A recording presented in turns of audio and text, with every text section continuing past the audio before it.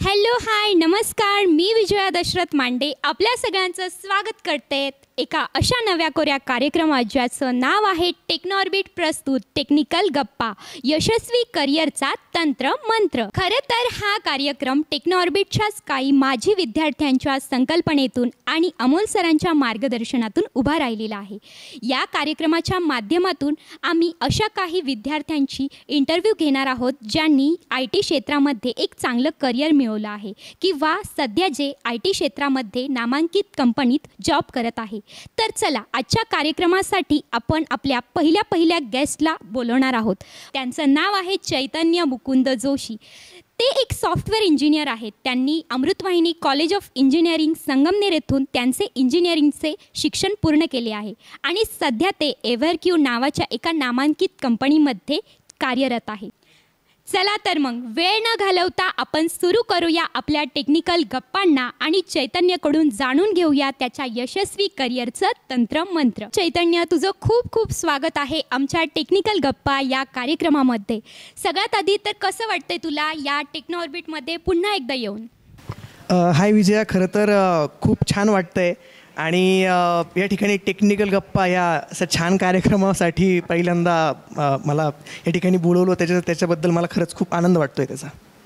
Okay, तर तुझं एकंदरीत शालेय शिक्षण किंवा जन्मगाव कुठलं तुझं? माझं जन्मगाव भारम.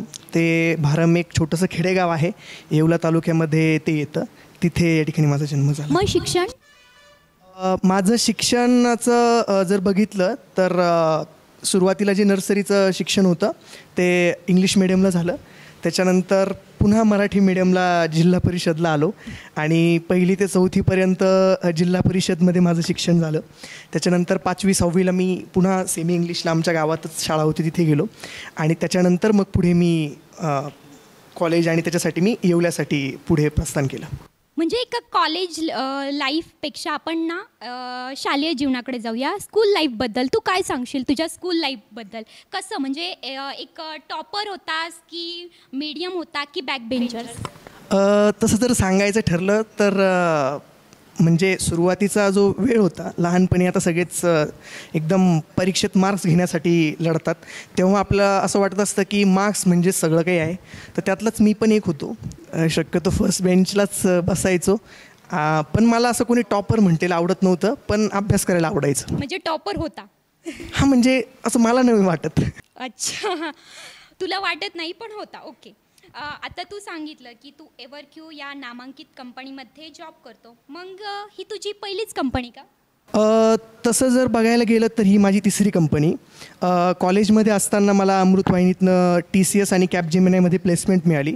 पण ज्या मल्टीनॅशनल कंपन्या असतात तर त्यांच्यामध्ये जॉईनिंगचं थोडंसं डिले होतो किंवा आपण जॉईन केल्यानंतर आपल्याला पाहिजे ती टेक्नॉलॉजी किंवा एखादी टेक्नॉलॉजी चांगली मिळत नाही. तर मग त्याच्यानंतर मी अमोल सरांशी संवाद साधला आणि सरांना विचारल्यानंतर म्हटलं, सर असा प्रॉब्लेम आहे, 2 कंपन्यांमध्ये प्लेसमेंट झाली पण वाटतं आहे की समजा प्लेसमेंट डिले होऊ शकते. तर त्याच्यानंतर एव्हरक्यूसाठी प्रयत्न केले. ॲक्च्युली एव्हरक्यू ह्या कंपनीमध्ये माझा रेफरल होता, जो की सरांचेच एक मित्र आहे श्रीकांत, जे की आता माझेही मित्र आहेत. तर आम्ही सोबत काम करतो, तर त्यांच्या थ्रू हा रेफरल दिला आणि त्याच्यानंतर पुढे मग एव्हरक्यू मी जॉईन केली. तसं जॉईन करणारी ही माझी पहिली कंपनी, पण मिळालेली ही माझी 3री. TCS आणि कॅपजेमिनी सारख्या नामांकित कंपनी सोडून एव्हरक्यूला जॉईन करण्याचा निर्णय कसा झाला? जसं की मी म्हटलो की कसं असतं की मल्टीनॅशनल कंपनीजमध्ये जॉईनिंगचा एक इश्यू असतो. टेक्नॉलॉजी मिळते न मिळते हा एक प्रश्न असतो.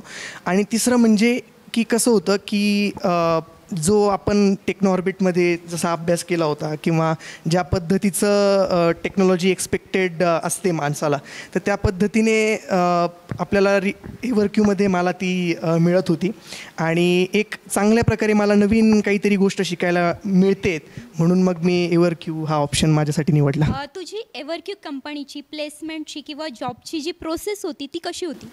तर जसं की मी सांगितलं की मी सरांकडे हा विषय घेऊन आलो की सर म्हटलं कॅपजेमिनाय आणि TCSमध्ये जॉईनिंग आहे त्या सगळ्या विषयांबद्दल. हो, अमोल सरांकडे आलो. मी अमोल सरांकडेच जास्त जातो प्रश्न जर काही असले तर, कारण सर योग्य मार्गदर्शन करतात त्यावर. मग सरांना म्हटलं, सर कॅपजेमिनी आणि TCSमध्ये जॉईनिंग आहे, पण असा मला प्रॉब्लेम आहे. तर सर म्हटले की तू रिॲक्ट शिकशील का? म्हटलं सर मी शिकेल. रिॲक्ट टेक्नॉलॉजीवर काम करता? हो, मी रिॲक्ट टेक्नॉलॉजीवर काम करतो. तर सर मला म्हणाले की तू रिॲक्ट शिकशील का? मी म्हटलं सर हो शिकेल. कारण सरांनी सांगितलं म्हणजे काहीतरी विचार केला आहे त्याच्यामागे, हे मला 100% माहिती होतं. आणि जेव्हा सरांनी सांगितलं तर मग मी त्या अभ्यासाला सुरुवात केली. मी सरांना तेव्हा विचारलं नाही, सर तुम्ही मला का म्हणतायत की रिॲक्ट शिक किंवा कशासाठी काहीच विचारलं नाही. आणि मी रिॲक्ट शिकायला सुरुवात केली. आणि जेव्हा मला एक ओव्हरव्ह्यू रिॲक्टचा मी बघितला, त्याच्यानंतर पुन्हा सरांकडे गेलो. सरांना म्हटलं, सर तुम्ही म्हटले होते रिॲक्टचं शिक, मी ओव्हरव्ह्यू एकदा बेसिक सगळं बघितलं आहे.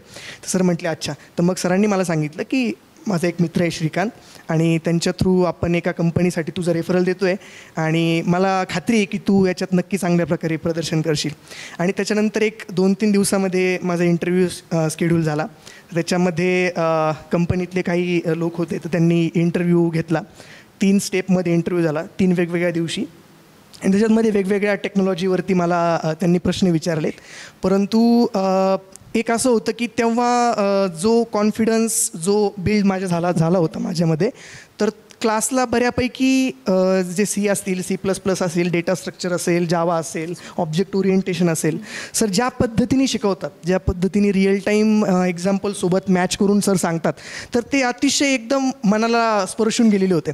त्याच्यामुळे जेव्हा मला त्या प्रश्नांवरती तिकडून प्रश्न विचारले गेले त्या इंटरव्ह्यू प्रोसेसमध्ये, तर तेव्हा मी ते प्रश्नांची उत्तरं वेगवेगळ्या प्रकारचे एक्झाम्पल्स दिले, आणि कदाचित ते त्यांना आवडलं, आणि त्याच्यामुळे माझी तिथे या ठिकाणी ॲडमिशन माझं तिथे झालं.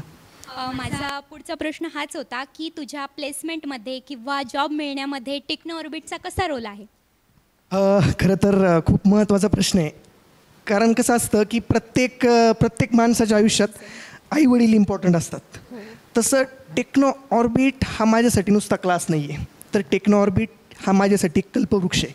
आता कल्पवृक्ष म्हणजे आपण म्हणू शकतो की ज्या झाडाखाली, म्हणजे असं आपल्या पोथीपुराणांमध्ये लिहिलेलं आहे की जेव्हा आपण एखाद्या म्हणजे ते तेजस्वी झाड आहे त्याच्याखाली जेव्हा आपण परिश्रम, आपण अथक प्रयत्नातून आणि प्रामाणिकपणाने जेव्हा आपण त्याच्याकडे काहीतरी मागतो, तर तेव्हा फळस्वरूपी आपल्याला काहीतरी मिळतं. असं त्या कल्पवृक्षाची एक पद्धत आहे.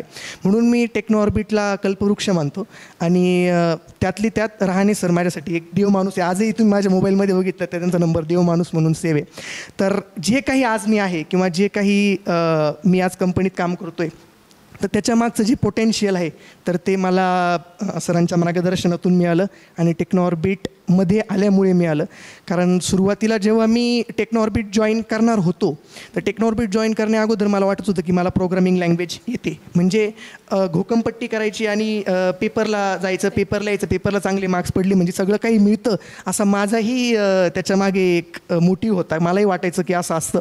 पण जेव्हा टेक्नॉऑर्बिटला पहिल्यांदा आलो आणि जेव्हा कळालं की सर जे सांगतात ते ना मी कुठं ऐकलं होतं ना कोणाला बोलताना ऐकलं होतं, पण जेव्हा मी सरांसोबत म्हणजे आमच्या बॅचमध्ये PPA 10ला मी ॲडमिशन घेतलं. खरं तर मी लेटच झालो.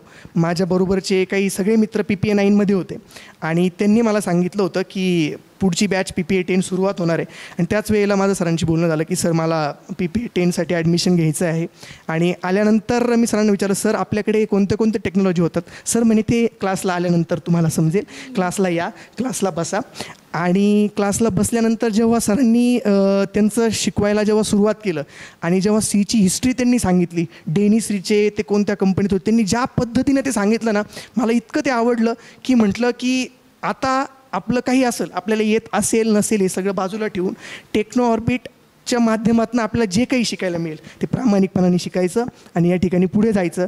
आणि त्याच दृष्टिकोनातनं मी स्टेप बाय स्टेप ते प्रत्येक लँग्वेज सरांची व्यवस्थित करत गेलो, आणि त्याचा मला नक्कीच एवर्क्यूमध्ये काम करताना फायदा होतो आहे. एकदम बरोबर बोललास तू, आणि मनापासून बोलला अमोल सरांबद्दल. मलाही सांगायला आवडेल की मीही अमोल सरांची स्टुडंट आहे. आणि तू जसं म्हणाला, माझं IT क्षेत्र नाही आहे, माझं कला क्षेत्र आहे.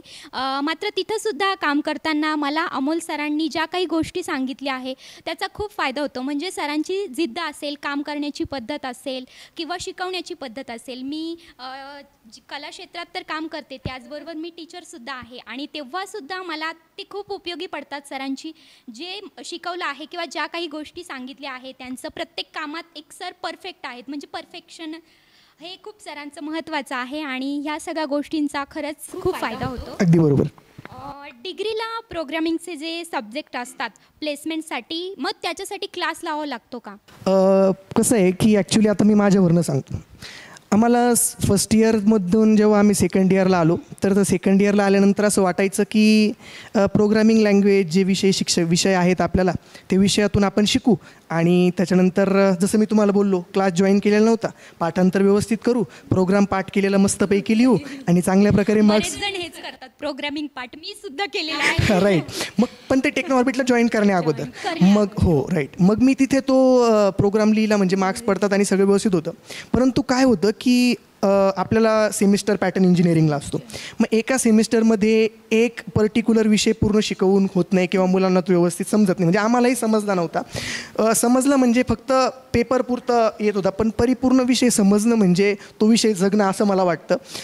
मग आपल्याला वाटतं की मला सगळं जमतं आहे, पण जेव्हा आपण बघतो की ऐन थर्ड इयर किंवा फोर्थ इयरपासून जेव्हा इंटर्नशिप आणि कंपन्या प्लेसमेंटसाठी येतात आणि जेव्हा आपल्याला क्रायटेरिया कळतो, पण क्रायटेरियामध्ये आपण बसतो, पण क्रायटेरियामध्ये बसल्यानंतर जे प्रश्न उत्तर आपल्याला विचारले जातात प्रोग्रामिंग लँग्वेजचे रिलेटेड म्हणा किंवा काही, तर त्याच्यामध्ये आपण अटकतो. कारण घोकंपट्टी ही कुठे ना कुठे माणसाला अटकवते असं मला वाटतं. कारण जेव्हा मी क्लासला आलो आणि क्लासला आल्यानंतर आता तुम्ही प्रश्न विचारला की कोणत्या वेळेला केला पाहिजे, तर खरं तर वेळ माझ्या मते मी सांगतो की फर्स्ट इयर ते फोर्थ इयर अशा आपल्या हातात 4 वर्ष असतात. 12वी नंतर आपण नवीनच इंजिनिअरिंगमध्ये ॲडमिशन घेतो, वेगवेगळ्या प्रकारचे आपल्याला विषय असतात. मग त्या प्रत्येक विषयाचा अभ्यास करताना या सेमिस्टर पॅटर्न एक्झामच्या याच्यात थोडासा वेळ जातो आणि तो गेलाही पाहिजे, तेवढा वेळ घेतलाही पाहिजे असं मला वाटतं. पण सेकंड इयरपासून म्हणजे खरा जो शिकण्याचा जो वेळ आहे, प्लेसमेंटचा प्रिपरेशनचा वेळ आपण म्हणू, तो सेकंड इयरपासून तर 4थ्या वर्षाच्या पहिल्या सेमिस्टरपर्यंत आहे असं मला वाटतं. कारण त्याच्यानंतर आपण जे काही ह्या 2-2.5 वर्षात शिकलो ते आपण इम्प्लिमेंट करू शकतो असं मला वाटतं. तर तो मधला जो पिरियड आहे तो शिकण्यासाठी किंवा प्रिपरेशनसाठी बेस्ट आहे असं मला वाटतं. तर तू एव्हरक्यूमध्ये रिॲक्ट टेक्नॉलॉजीवर काम करतो, मग तुला काय वाटतं आता मुलांनी डायरेक्ट रिॲक्ट शिकावं की अजून दुसरी कुठली टेक्नॉलॉजी? खरं तर आता जेव्हा क्लास केला तेव्हा सरांचं नेहमीच सगळ्यांनाच सांगणं असतं की टेक्नॉलॉजी मी जी करतोय, सपोज आता मी रिॲक्टवरती काम करतोय, तर मी हे सांगणं चुकीचं आहे की सगळ्यांनी रिॲक्ट शिकावं. हां, मी हे सांगू शकतो की सध्या रिॲक्टला किंवा अँग्युलरला जे जावास्क्रिप्टचे फ्रेमवर्क्स आहेत त्याला चांगल्या प्रकारे मार्केटमध्ये स्कोप आहे. परंतु असं नाही की मी रिॲक्टवर काम करतो म्हणजे मुलांनीही रिॲक्टवरती काम करावं. कारण टेक्नॉलॉजी कोणतीही असो ती आपण ठरवू शकत नाही, ती आपण कंपनीत गेल्यानंतर जी आपल्याला मिळते तिच्यानुसार आपल्याला ॲडॅप्ट करावे लागते. पण एखादी टेक्नॉलॉजी शिकण्यासाठी ज्या रिक्वायर्ड गोष्टी आहेत म्हणजे लॉजिक असेल किंवा नॉलेज असेल, आणि आपण म्हणतो की पुस्तकं बोलत नसतात, एक म्हणजे सांगतो की पुस्तक बोलत नसतात पण पुस्तक वाचणारा बोलतो, सर नेहमी सांगतात हे वाक्य.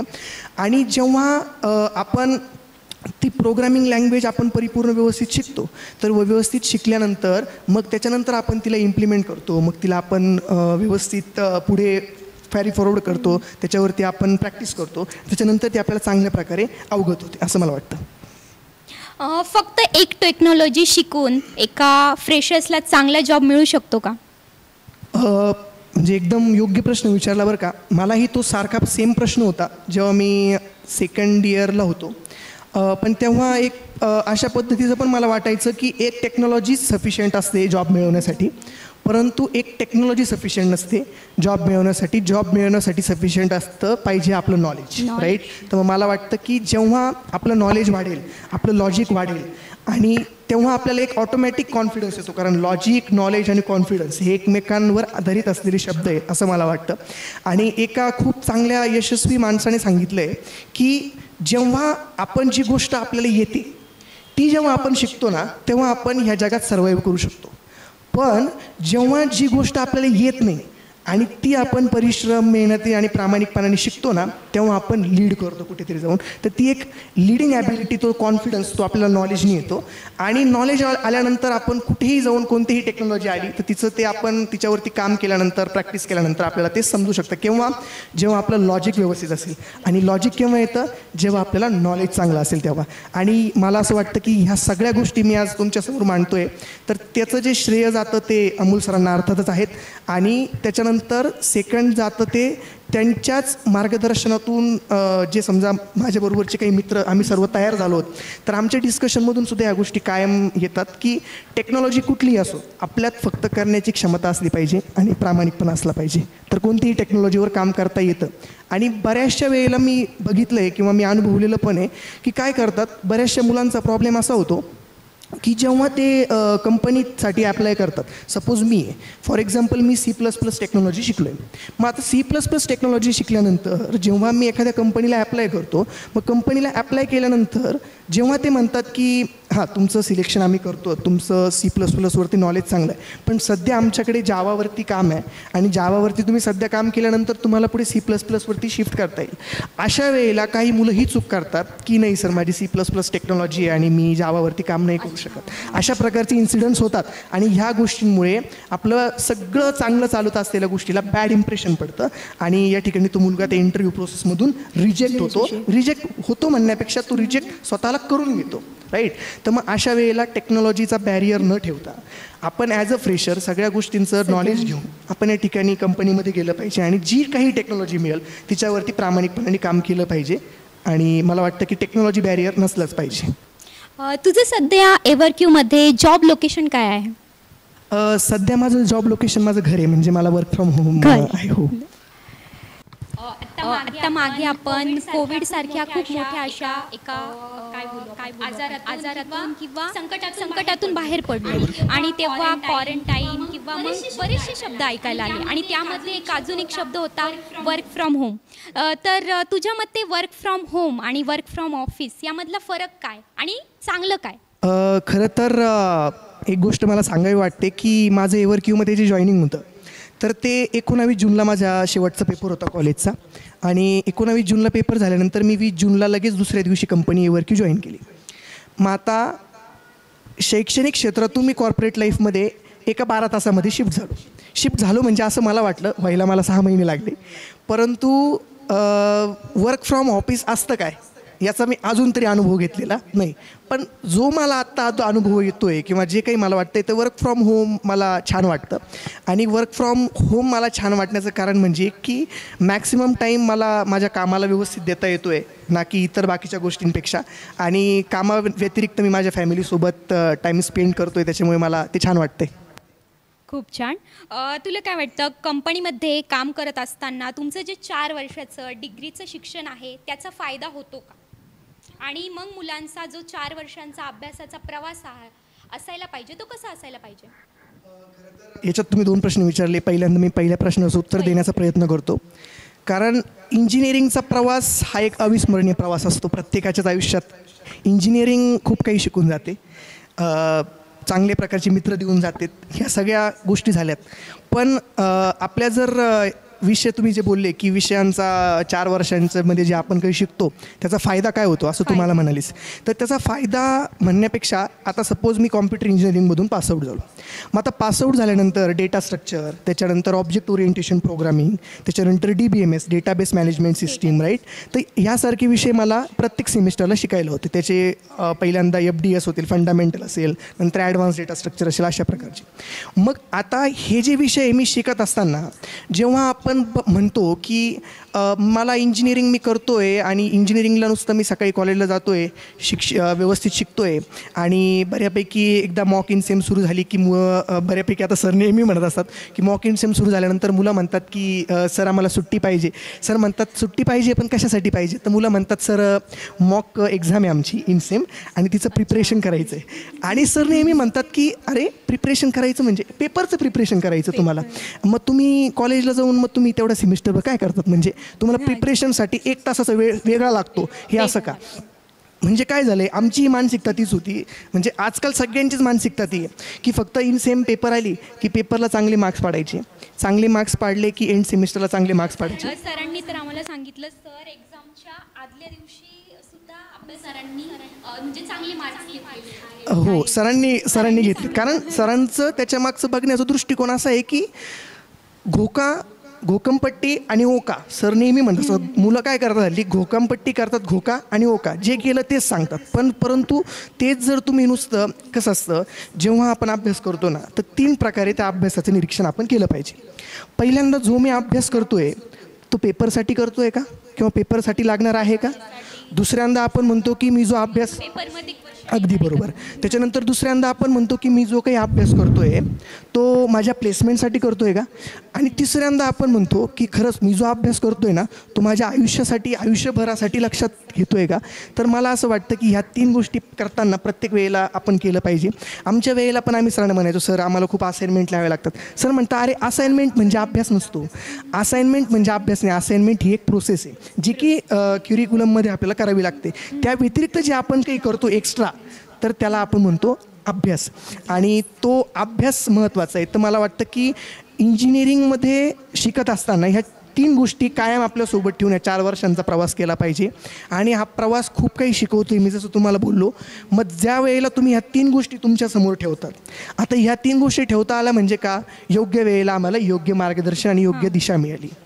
जसं मी तुम्हाला बोललो की इंटरव्ह्यूचं प्रिपरेशनचा टाईम हा 2nd इयरपासून तर 4th इयरच्या पहिल्या सेमिस्टरपर्यंत असतो.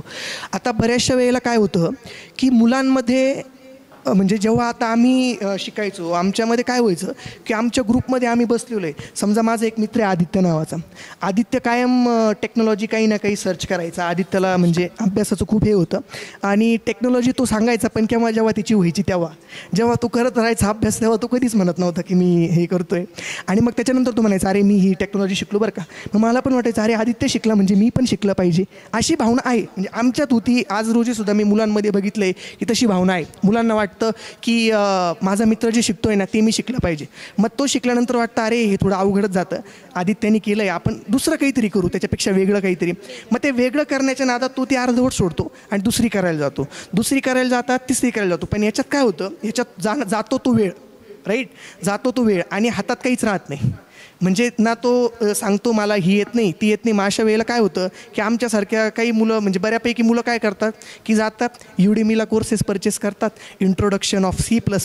मग इंट्रोडक्शन ऑफ C++ केल्यानंतर युडेमीला मस्तपैकी सर्टिफिकेट मिळतं आणि सर्टिफिकेट अपलोड केलं रिझ्युमेमध्ये, I have done this certification, I have done this certificate, that. आणि ते केल्यानंतर ती लिस्ट भरवतात. परंतु ॲक्च्युअलमध्ये जर बघितलं ना तर त्यांचं नॉलेज त्याच्यातून त्यांना काहीच आलेलं नसतं.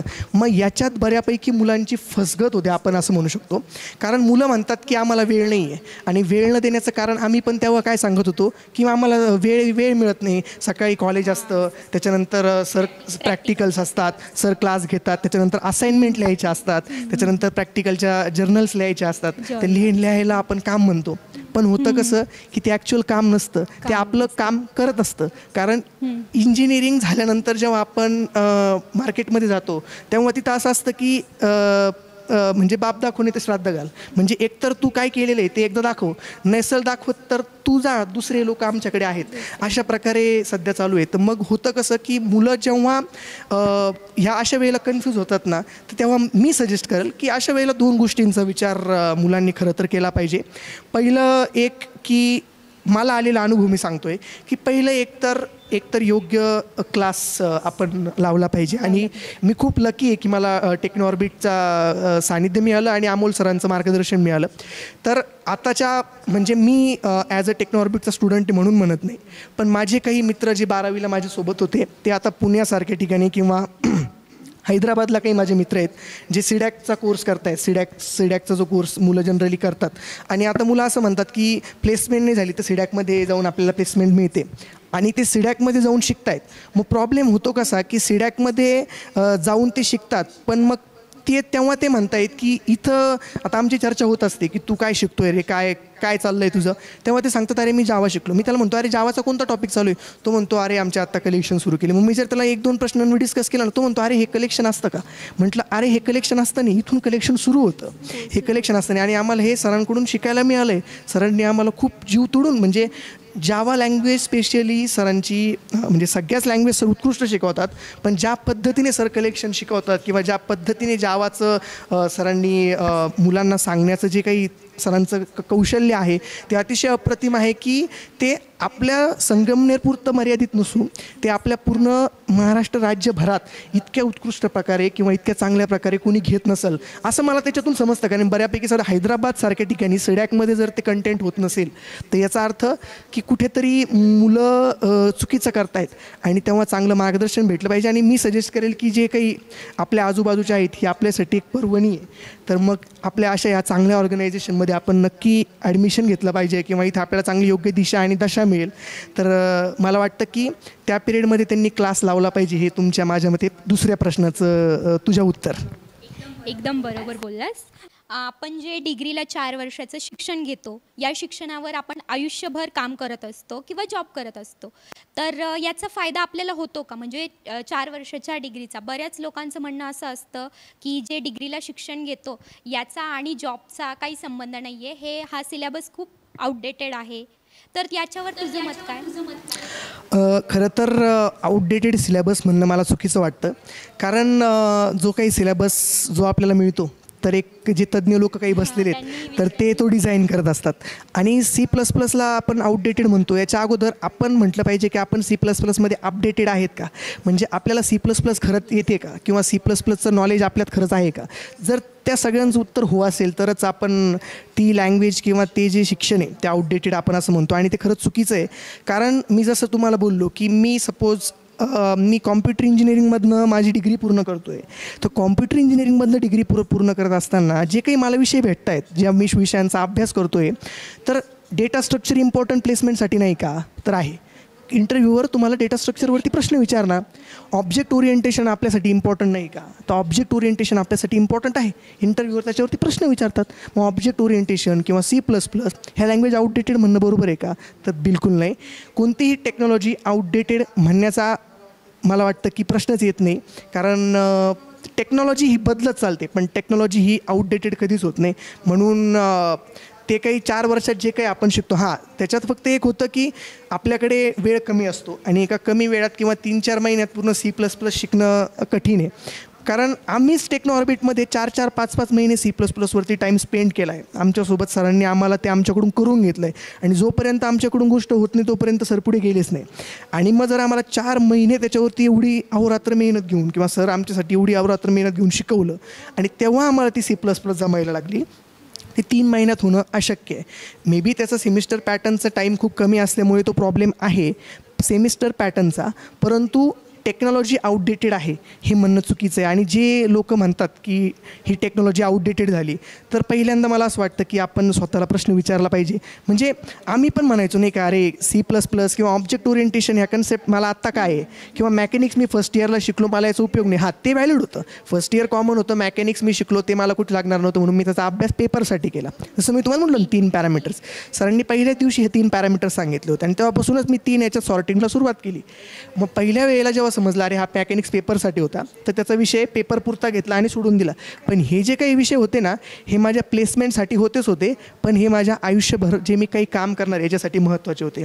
म्हणून जे काही ब्रांचमध्ये आपण शिकतो ते महत्त्वाचं आहेच आणि ते प्रामाणिकपणाने आपण केलं पाहिजे. टेक्नॉलॉजी आउटडेटेड होत नाही असं मला वाटतं. इंजिनिअरिंगला ॲडमिशन घेतल्यावर प्रोडक्टिव्हिटी आणि नॉलेज वाढेल का, आणि त्यासाठी ते वाढावं म्हणून तू काय केलं? तर खरं तर प्रोडक्टिव्हिटी आणि नॉलेज हे 2 शब्द तू वापरलेस. मला असं वाटतं की productivity is directly proportional to knowledge. जशी प्रोडक्टिव्हिटी वाढली तर आपलं नॉलेज ऑटोमॅटिक वाढतं. आणि जेव्हा मला असं वाटतं म्हणजे हा मी माझ्या करिअरचा आपण म्हणतो एक मंत्र मी कायमस्वरूपी डोक्यात ठेवला आहे की जेव्हा आपलं नॉलेज वाढतं तेव्हा आपली प्रोडक्टिव्हिटी वाढते. आणि जेव्हा या दोन्ही गोष्टी वाढतात तेव्हा आपली कॅपेबिलिटीही वाढते. पण ती कॅपेबिलिटी ह्या दोन्ही गोष्टींवर डिपेंड आहे असं मला वाटतं. तर मग आता त्याच्यासाठी मी काय करत होतो की बऱ्यापैकी म्हणजे घोकंपट्टी करणं मी क्लासला आल्यापासून सोडलं. आणि खरं तर क्लासला आल्यानंतर सरांसाठी टॉपर कोणीच नाही. इथं जो काम व्यवस्थित करतो तो सरांसाठी चांगला. म्हणजे सरांनी असा दुजाभाव कधी केलाच नाही की हा मुलगा मागे बसला आहे किंवा हा मुलगा पुढे बसला आहे, सर फक्त पुढच्यांकडेच बघणार आणि मागच्यांकडे नाही, असं बिलकुल झालेलं नाही आहे. मागच्या मुलांनी थोडीशी जरी हालचाल केली म्हणजे एकदम शाळेसारखं. इथे यायचं, क्लासला आल्यानंतर आम्ही खाली बसायचो, खाली सतरंजीवरती आम्हाला बसायचो आणि ट्रॅडिशनल पद्धतीने सर शिकवायचे फळ्यावरती. आज आपण बघतोय की एकदम स्मार्ट क्लासरूम झाला आहे. आमच्या वेळी नव्हतं सेम सतरंजीवरच बसलो. बरोबर, आम्ही सतरंजीवरच बसलो आणि खरं जे मजा होती ना ती सतरंजीवर बसण्यात होती.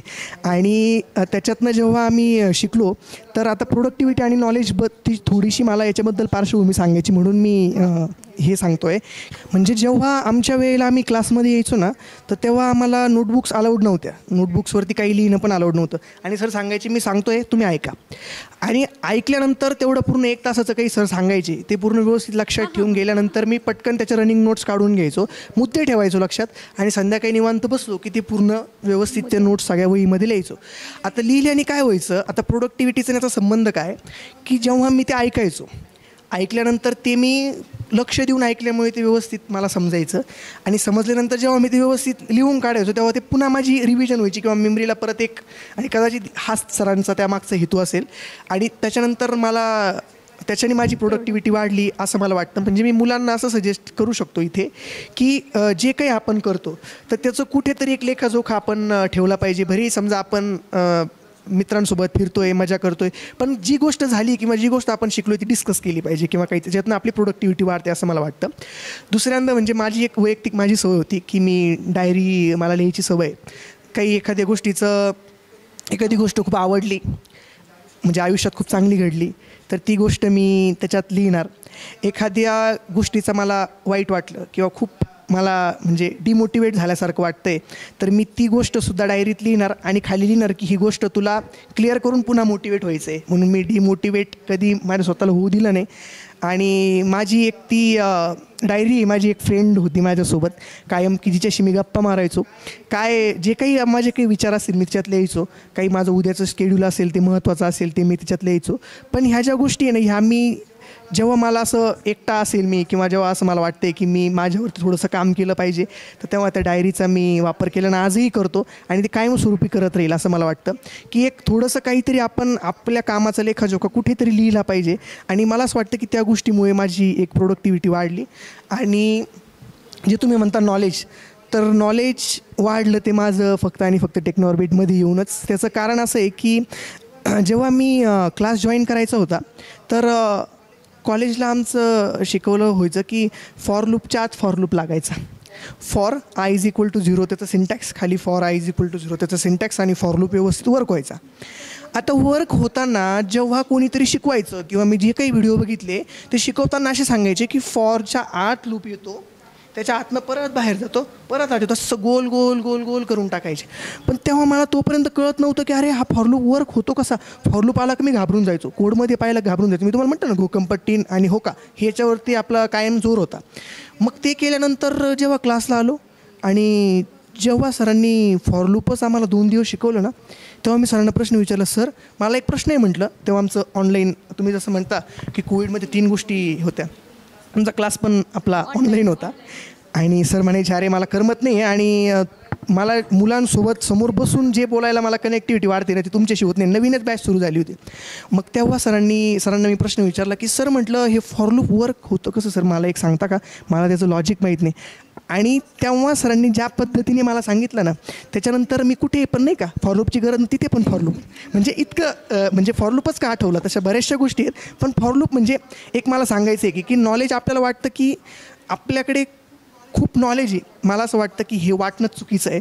कारण नॉलेज ही अशी गोष्ट आहे की ती मला असं वाटतं की मी अजूनही समजा जेव्हा मी माझी कंपनी जॉईन केली, वर्क्यू कंपनी जॉईन केली तर इथे सुद्धा मला असं वाटतं की जॉईन केल्यानंतर सुद्धा मी आशेवर राहिलो नाही की मी जे काही नॉलेज मी रिॲक्टचं वाचले किंवा त्याच्यात माझी प्लेसमेंट झाली, आता सगळं व्यवस्थित झालं, आता काही गरज नाही. कारण सर नेहमी सांगतात की ज्या क्षेत्रात आपण काम करतो, जसं तू बोलली की तू कला क्षेत्रात काम करते, किंवा मी जसं रिॲक्टमध्ये काम करतो, किंवा जसं माझा मित्र आहे आदित्य, तो SQL डेटाबेस .NETवरती काम करतो. तर असे बरेचसे मित्र आहे, पण आता आदित्य जरा माझ्या कायमचा असल्यामुळे त्याचं नाव मी कायम घेतो आहे. पण म्हणजे तो त्याच्यावरती काम करतोय. मग त्या मित्र नाराज होतील मग फक्त आदित्यचं नाव घेतलं. जर समजा ते नाराज झाले तर ते मित्र काय? हेही बरोबर. त्यांना माहिती आहे की म्हणजे माझं त्यांच्याबद्दलची असणारी भावना काय आणि त्यांची माझ्याबद्दलची काय, त्याच्यामुळे ते नाराज होणार नाही आणि आदित्य पण जास्त खुश होणार नाही असं मला वाटतं. पण महत्त्वाचा मुद्दा असा की जेव्हा मी कंपनी जॉईन केली, मग असं मी म्हणणं चुकीचं आहे की मला ह्या करिअरमध्ये आलो आणि हे करिअरमध्ये आलो मी सेटल झालो, असं बिलकुल नसतं. सर नेहमी सांगतात की ज्या काही करिअरमध्ये तुम्ही गेले त्या करिअरमध्ये तुम्ही अपडेटेड राहिलं पाहिजे. आता समजा कला क्षेत्रात तू काम करते, तू नेहमी तुझे काय काय नवीन गोष्टी आल्या आहेत, नवीन ट्रेंड्स आले आहेत. तर ते मी आत्ताच बघितलं की तू बिग बॉसवरती खूप चांगल्या प्रकारे खूप कॉमेडी बनवलं आहे आणि त्याच्यावरती तुला बऱ्यापैकी त्याला चांगला रिस्पॉन्स मिळाला. म्हणजे हे का की तू तुझ्याबद्दल अपडेटेड राहिली. सपोज मी नवीन आलेला ट्रेंड जर व्यवस्थित शिकलो नाही आणि मी माझ्यात जर हवेत राहिलो तर ते चुकीचं असतं. आणि खरं तर याच्यावरून मी सांगेल की श्रीकांत जे मला नवीन मित्र भेटले आणि नवीन एक मला सरांनंतर एक मेंटॉर मिळाले की त्यांनी मला ह्या गोष्टींची जाणीव करून दिली. कारण आणि हाच फरक असतो आणि हाच त्याच्यामागचा हेतू होता मी AWorQ घेण्याचा. आणि मला ते नंतर रिअलाईज झालं की जेव्हा एखादी व्यक्ती आपल्यासाठी आपल्या चुका लक्षात आणून देते ना, तेव्हा आपल्याला असं वाटतं की ती व्यक्ती आपल्याबद्दल खूप चुकीचा विचार करते किंवा ती व्यक्ती मला डिमोटिवेट करते. असे लोक आपण लाईफमधून निग्लेक्ट केले पाहिजे, असं बऱ्याचशी मानसिकता असते. माझीही अगोदर होती. परंतु जेव्हा ह्या गोष्टी आपल्याला समजतात की मला अजूनही आठवतं की श्रीकांतला मी केव्हाही आणि कधीही जर काही डाऊट विचारला असेल तर त्यांनी मला त्याच्यासाठी मदत केली आहे. आणि हे फक्त सरांची ओळख होती म्हणून नाही, तर त्यांच्यातसुद्धा एक भावना होती की यांनी शिकावं, याच्यामध्ये ते पोटेन्शियल आहे आणि ते करावं. आणि त्या गोष्टी पण मला समजत होत्या. मी त्याचं नॉलेज घेतलं व्यवस्थित, ते सांगितल्यानंतर पण मी त्याच्यावरती टाईम स्पेंड केला, व्यवस्थित शिकलो आणि त्याच्यानंतर मी त्याच्यामध्ये आज चांगल्या प्रकारे काम करतो आहे, मला चांगल्या प्रकारे काम जमतं. मग मला म्हणायचं काय आहे की प्रोडक्टिव्हिटी तर ह्या नोट्स किंवा ह्या गोष्टींनी वाढतेच, पण नॉलेज जे आहे ते निरंतर चालू ठेवलं पाहिजे. जे काही येतं ते शिकत गेलं पाहिजे आणि दुसरी गोष्ट ते प्रामाणिकपणाने केलं पाहिजे. समजा मला एखाद्या गोष्टीवरून बोलतो आहे किंवा एखाद्याने मला एखादी गोष्ट सांगितली की तू ही चुकीची करतो आहे, तर त्याच्यातनं नाराज न होता ती खरंच चुकीची आहे का याच्यावरती मी माझं विचार केला पाहिजे. आणि तो विचार आपण तेव्हाच करू शकतो जेव्हा आपल्याला त्या गोष्टीबद्दल नॉलेज आहे. तर मला असं वाटतं की या सगळ्या गोष्टींचा ॲज अ स्टुडंट म्हणून आपण विचार केला पाहिजे आणि प्रामाणिकपणा आपल्यात ठेवला पाहिजे, एवढं मला वाटतं. आणि ह्या गोष्टी ठेवल्या की याच्यापेक्षा बाकीच्यांच्या प्रोडक्टिव्हिटी अजून काही गोष्टी करून वाढतील. पण मला वाटतं की मी ह्या गोष्टींमुळे प्रोडक्टिव्हिटी वाढवू शकतो आहे माझी, त्याच्यावरती मी अजूनही काम करतो आहे आणि नॉलेज तर मी कायमस्वरूपी घेत राहील. तू तुझं नॉलेज वाढावं म्हणून प्रयत्न करतो. आणि तू अजून एक गोष्ट बोलला जी मला फार आवडली की तू डायरी लिहितो. सध्या जे मुलं आहे ते सोशल मीडियाच्या इतके काही आहारी गेले आहे. आता मी सोशल मीडिया कॉन्टेंट क्रिएटर आहे असं बोलायला नाही पाहिजे, पण मी बोलते म्हणजे डिग्रीला जे काही अभ्यासाचा वेळ आहे तो वेळ ते सोशल मीडियावर असा फुकट वायाला घालवतात. आणि तू जे बोलला की तू डायरी लिहितो, तर एकंदरीत तो स्वतःशी केलेला संवाद आहे. तर तुला काय वाटतं मुलांनी सोशल मीडियाचा जो यूज आहे तो कशा प्रमाणात कमी करायला पाहिजे? एक चांगला प्रश्न म्हणजे तू म्हटलीस की आता कसं असतं, तर याच्यामध्ये मला आणखी एक गोष्ट सांगावी वाटते की जेव्हा आपण आपल्या करिअरबद्दल किंवा आपल्या गोलबद्दल जेव्हा आपण फोकस होतो ना, तर ह्या गोष्टी ज्या आहेत म्हणजे मोबाईल बॅरियर असेल किंवा ह्या तेवढ्या मॅटर करत नाही असं मला वाटतं. पण होतं कसं की म्हणजे मी पण इंजिनिअरिंगला असताना इंस्टाग्राम बघितल्याशिवाय उशिरा कळते मुलांना. बरोबर, 4 वर्ष बरोबर. किंवा जी तुमची एज्युकेशनची जी पिरियड आहे त्यावेळी नाही समजत, त्यावेळी समजत नाही. आणि मग काय व्हायचं की मला सुद्धा कॉलेजला नाही का इंस्टाग्राम बघितलं किंवा असं काही स्टोरी बिरी ठेवली आणि मला माझे बरेचसे मित्र म्हणे तू सोशल मीडियाचा खूप ॲडिक्टिव्ह आहे बरं का. पण त्याच्याने काय व्हायचं माहिती आहे का, त्याच्यामागचं माझं धोरण असं होतं की समजा काही मी एखादी गोष्ट टाकली किंवा त्याला मला लाईक्स किती येतात किंवा ह्या गोष्टीमध्ये मुलं त्याच्यामध्ये वाहत चालतात. आणि जसं इन्फानाईट स्क्रोलिंग आली की कंटिन्यू काही ना काही भेटतं आहे, रिवॉर्ड्स त्याच्यामधून भेटत आहे, तुम्ही लाईक केल्यानंतर समजा तुम्हाला नवीन मित्र ॲड होत आहेत, याच्यात आपण कंटिन्यू वाहत चालतो. पण त्याच्यानंतर जेव्हा मी आता करिअरबद्दल किंवा माझ्या गोष्टींबद्दल जेव्हा मला वाटतं की मी फोकस्ड होतो आहे, तर याच्यामध्ये आता मला वर्क फ्रॉम होम आहे. आता वर्क फ्रॉम होममध्ये मी सांगतो की बऱ्यापैकी लोकांना वाटत असेल नाही का, चला वेळ आहे, बसा काहीतरी मीटिंग झाली, चला करा काहीतरी, बघा काय चाललं काही नाही. पण अशा पद्धतीची गोष्ट म्हणजे मी तरी करत नाही की मोबाईल बघायच्या वेळेला मोबाईलच बघायचं व्यवस्थित, पण कामाच्या वेळेला प्रामाणिकपणाने काम, मी जो बोललो ना प्रामाणिकपणा, तर हे. आणि जेव्हा आपण आपल्या गोलबद्दल प्रामाणिक असतो ना, तर मला असं वाटतं की सोशल मीडिया किंवा ह्या गोष्टी आणि त्याचा जो वापर आहे ना, तो चांगल्या कामासाठी केला पाहिजे. मी जसं बोललो की ज्या क्षेत्रात आपण काम करतो त्याचं नॉलेज, आता ॲज अ स्टुडंट म्हणून आपलं काम काय आहे की ज्या नवीन नवीन काही फॅसिलिटीज निघत आहेत, किंवा सपोज कॅपजेमिनाय आहे, तर कॅपजेमिनाय याच्या अगोदर जी ॲप्टिट्यूड घ्यायची, तर त्या ॲप्टिट्यूड ती न्यूमरिकल बेस घ्यायची. पण त्याच्यानंतर तिने अचानक वाटलं की लोकांचा गेमिंगकडे कल वाढला आहे आणि त्यांना त्याच्यातनं नॅचरली इन्स्पायर असतील लोकं मिळतील, म्हणून मग त्यांनी गेमिंग ॲप्टिट्यूड सुरू केलं. मग ह्या गोष्टी कंपनी स्वतः तुम्हाला येऊन सांगणार नाही, ह्या गोष्टी तुम्हाला केव्हा कळणार, जेव्हा तुम्ही सोशल मीडिया किंवा इकडे तिकडे अपडेटेड राहाल, तुम्ही त्या कंपन्यांचे पेज फॉलो कराल, लिंक्डइनला जाल, लिंक्डइनला तुम्ही अपडेटेड राहाल. पण होतं कसं, माझ्या बाबतीत काय झालं, लिंक्डइनला मी जायचो, लिंक्डइनला गेल्यानंतर ते सर्टिफिकेट्स, कोण म्हणतं मी जावामध्ये 5 स्टार रँकिंग मिळाली, कोण म्हणतं कोड शेफमध्ये मला हे मिळालं, ते बघून जरा वाटायचं नाही का की हे काय. पण सरांचं म्हणजे अमोल सरांचं नेहमी सांगणं राहायचं की सर्टिफिकेट्स उपयोगात नाही, सर्टिफिकेट्स बाजारात पण मिळतात. म्हणजे बाजारात पण मिळतात म्हणजे सर्टिफिकेट कोणतं, जेव्हा आपण एखादी गोष्ट खरंच जिद्दीने कमवतो ना तेव्हा.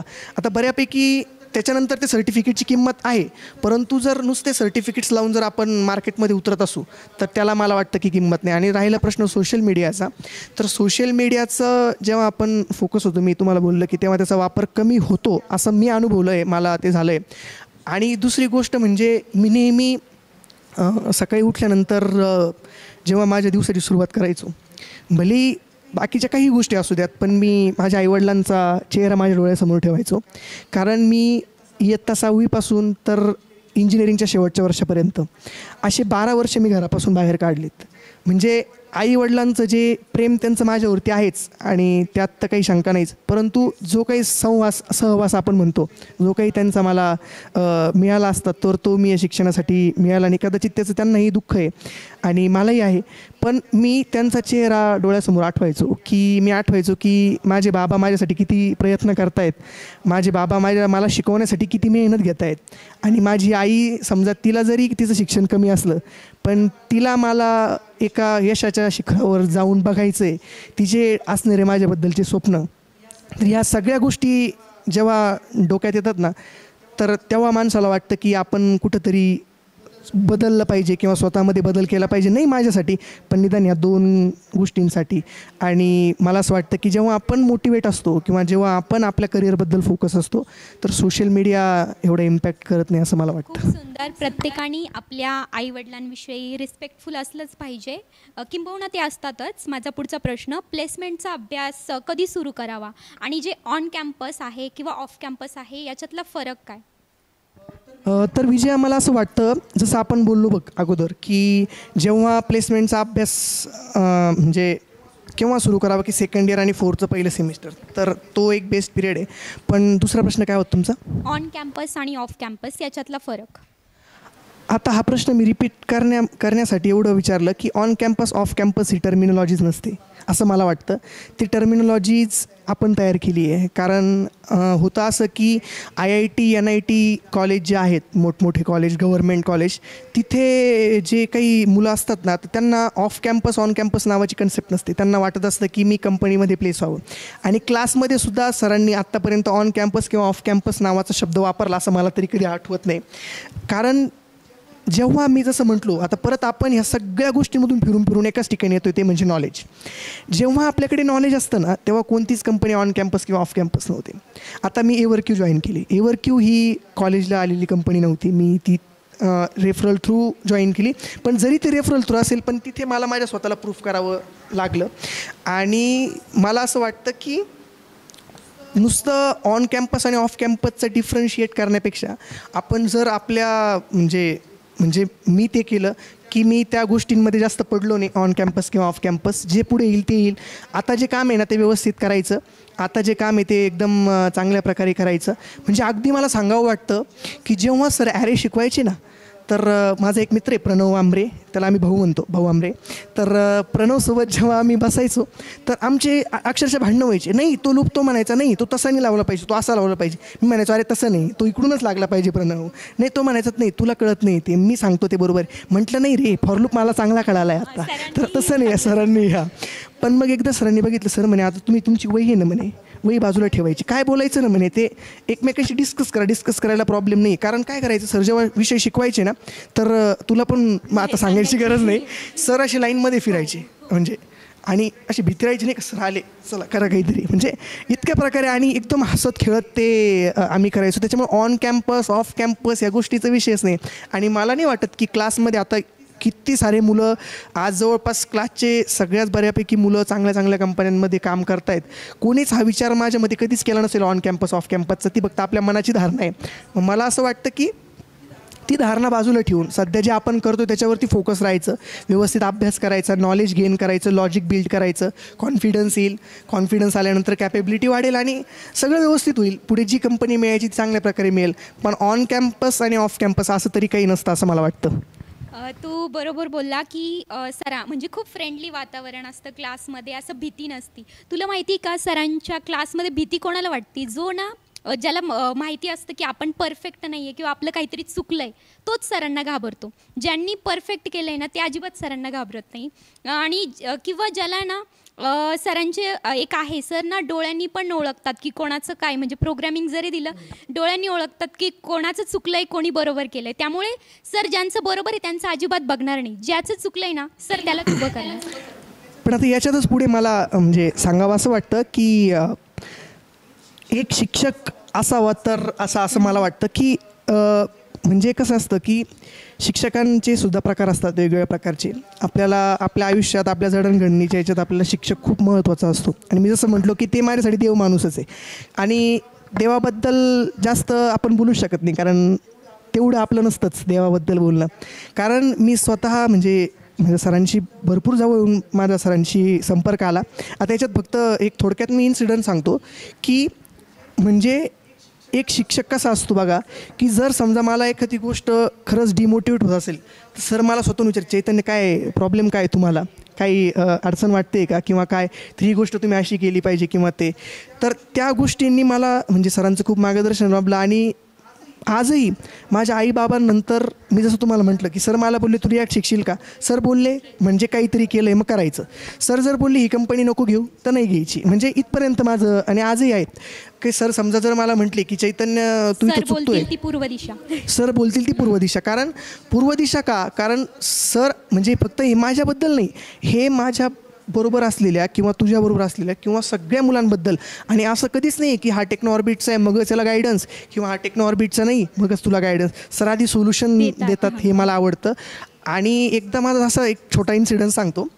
वर्क फ्रॉम होमची कंपनी जॉईन केली एव्हरक्यू. आणि कंपनी जॉईन केल्यानंतर सुरुवातीला नाही का कंपनी जॉईन केली, डिग्री झाली, कंपनीला गेलो, दुसऱ्या दिवशी मीटिंग. अरे मीटिंग सुरुवातीला मला आजही आठवतं, मी लगेच मीटिंग लगेच सुरू. श्रीकांत म्हणे अरे तसं नसतं, प्रोफेशनलिझम असतो.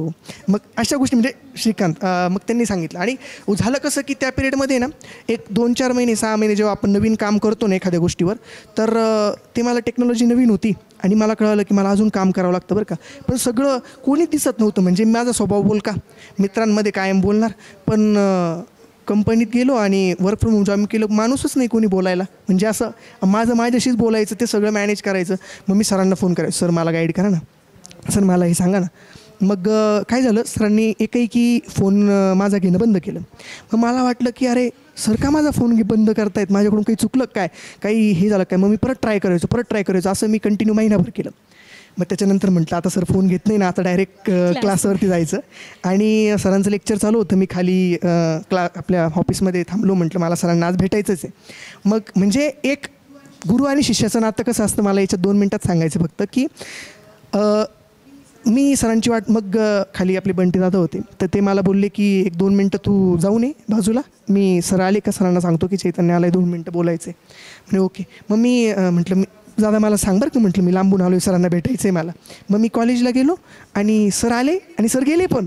मी तिकडून आलो, म्हटलं सर मला भेटायचं. अरे म्हणे सर गेले, पण सर सांगताना एक गोष्ट सांगून गेले का तू कुठेतरी चुकतोय, पण ती गोष्ट तुला समजून घ्यायची आहे आणि तू जेव्हा समजून घेशील तेव्हा तू पुढे म्हणजे तुझ्या पद्धतीने कर, पण ती गोष्ट तुला समजून घ्यायची. मग त्याच्यानंतर जेव्हा मी आलो मी विचार केला, अरे सर माझ्यासाठी सांगतायत म्हणजे मी हे सरांना कंटिन्यू विचारणं बरोबर आहे का? कारण नॉलेज तेव्हाच वाढतं जेव्हा आपण ते फेस करतो. आणि ते जेव्हा मला रिअलाईज झालं त्याच्यानंतर मी थोड्याशा गोष्टी फोकस केल्या, त्याच्यानंतर चांगलं काम केलं आणि सगळ्या गोष्टी चांगल्या झाल्या. तेव्हा म्हणजे अर्थातच सरांशी माझं बोलणं झालंच त्याच्यानंतर, त्या बाबतीत विषय नाही. पण एक गुरु शिष्याचं नातं असतं काय आणि एका शिक्षकाला आपल्या विद्यार्थ्याबद्दल काय वाटतं, तर हे मला इथे सांगायचं होतं. खूप छान सांगितलं तू, गुरु शिष्याचं नातं. मला असं वाटतं अमोल सरांकडं फक्त टेक्निकलच नाही तर सगळ्या गोष्टीचं काहीतरी सोल्युशन असतं किंवा प्रत्येकासाठी ॲडवाईस असती. आता मी ह्या काहीतरी वेगळ्या कामानिमित्त सरांशी बोलायला आलेले, पण माझं जे क्षेत्र आहे याच्याशी सरांचा काहीच संबंध नाही आहे. तरीसुद्धा सरांनी मला त्याच्याविषयी नॉलेज दिलं की जेव्हा तू कोलॅबरेशनसाठी लोक तुला विचारतात तेव्हा तू फक्त त्यांना कॉन्टॅक्ट नंबर न देता तुझं जे आधीचं काम आहे किंवा जे तुझं एक प्रकारचं जे तू वर्क करते या सगळ्या डिटेल्स पण दे. तू स्वतःची एक प्रोफाईल बनव. म्हणजे सर आपण विचारायच्या आधी सर आपल्याला मदत करता किंवा सोल्युशन देत असतात, आपण न विचारलेल्या प्रश्नांचं पण.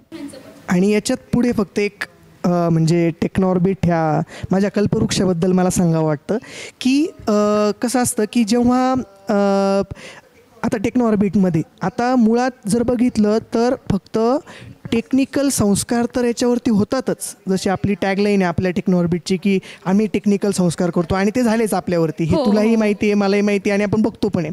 पण मला ह्याच्यात काय वाटतं माहिती आहे का विजया, की जेव्हा आता टेक्नॉर्बिटमध्ये आपण बघू की वेगवेगळ्या प्रकारच्या म्हणजे ज्या काही लँग्वेजेस किंवा जे काही ते तर आहेच आपलं, पण त्या व्यतिरिक्त भरपूर साऱ्या गोष्टी टेक्नॉर्बिटमध्ये आपल्या चालतात की जे समजा ॲल्युमिनाय आहेत आपल्यासारखे, ते सर्वजण एकत्रित येऊन एक नवीन कार्यक्रमाचं आयोजन करताय हर घर टेक्नॉलॉजी, ज्यामध्ये सरांचं विजन असं आहे की आपल्या ग्रामीण भागातल्या तळागाळातल्या मुलापर्यंत ती टेक्नॉलॉजी पोहोचावी, टेक्नॉलॉजीचा अवेअरनेस राहावा. आणि शहरी आणि ग्रामीण हे तर आपणच बोलतो गं, पण तेव्हा जेव्हा मुलांपर्यंत टेक्नॉलॉजीचा अवेअरनेस जाईल ना, जेव्हा 3री-4थीच्या मुलाला समजेल अरे हे काय असतं, मी टेक्नॉलॉजी AI काय असतं किंवा हे काय, तर तो एक उपक्रम सरांनी खूप चांगला हाती घेतला असं मला वाटतं, टेक्नॉर्बिटने हाती घेतला असं वाटतं. आणि त्याचबरोबर सरांच्या मार्गदर्शनाखाली मीही त्याच्यात काम करतो. म्हणजे मुलांना कसं वाटतं की जाऊन आपण कंट्रीब्युशन करावं, ही भावना केव्हा होते, कारण जेव्हा आपण आपल्या एखाद्या गोष्टीला आपलं मानतो तेव्हा. त्याच्यानंतर टेक्निकल सखी नावाचा खूप चांगला उपक्रम मागच्या वर्षी सुरुवात झाली त्या उपक्रमाची.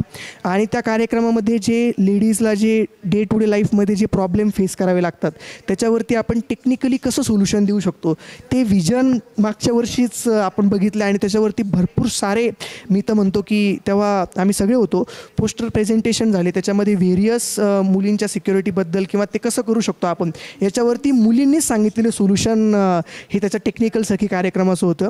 आणि आता सध्या जे काही मुलं म्हणजे माझे काही मित्र आहेत ते काही वेगवेगळ्या टेक्नॉलॉजीजवरती काम करतात, रिअल टाईम नॉलेज ते या ठिकाणी मुलांना सॅटर्डे संडे एक्स्ट्रा क्लास घेऊन देत आहेत.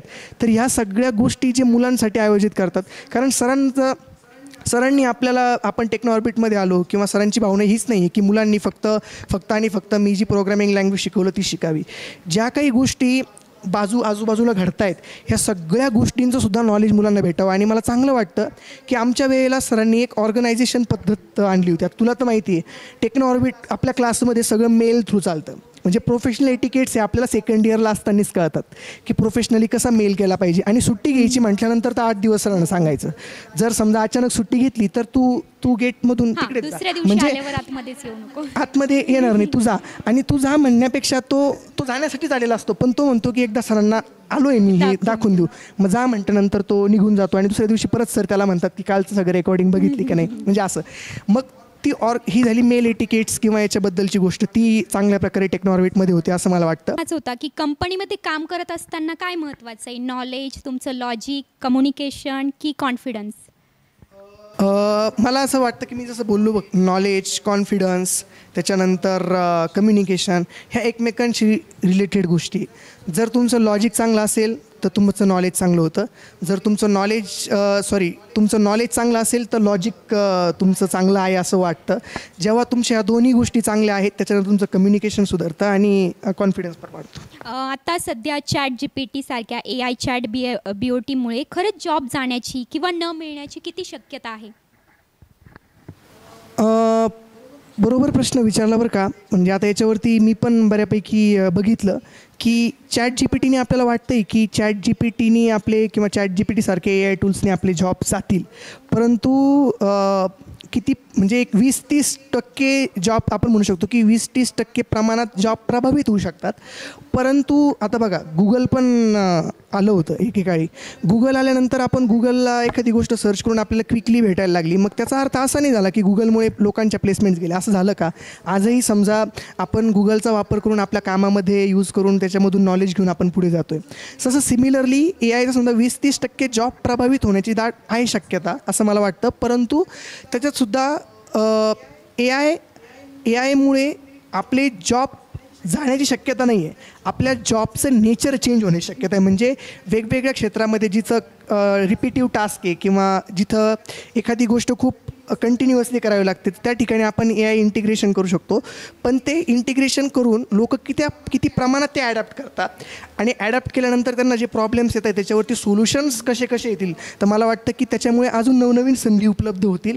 परंतु ChatGPT किंवा याच्यामुळे जॉब जातील असं मला कुठेही वाटत नाही. एकदम बरोबर. मलाही असं वाटतं की तुम्ही तुमचं म्हणजे नॉलेज ChatGPT AI असेल यामुळे तुम्ही एक मॅन पॉवर वगैरे घेऊ शकता. पण एक असते अशी गोष्ट की काही गोष्टी स्किलवरती असतात.